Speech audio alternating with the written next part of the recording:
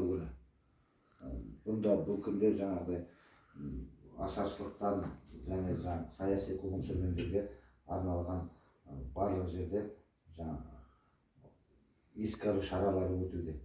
Соның бірі өздеріңіз білесіздер, біздерде мына ашаршылық жылдардағы ескі сол кезде архивтен түсірілген сурет.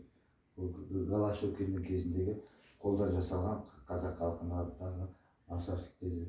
Енді репрессияда саяси қуғын сүргін күндерінде біздерде мына жұмашылар жаңғырға Шәкәрім Құдайбердіұлы өздеріңіз кітаптардан өлеңдерінен де оқып жүрген осы біздің арыстай азаматтарымыз, алаш ардагерлері барлығы да саяси қуғын сүргінге ұшырап көпшілігі халық жауы деген атпен жазықсыз жазаланып атылып кетті. Сталин кезінде. Мен мына жерде сіздерге бір сурет туралы айтып кетейін деп тұрғаным, мына жерде Иманғазиев Төлеген деген атамыз. Бұл дейтін Қаратүйенің тумасы. Қаратүйенің тумасы жаңағы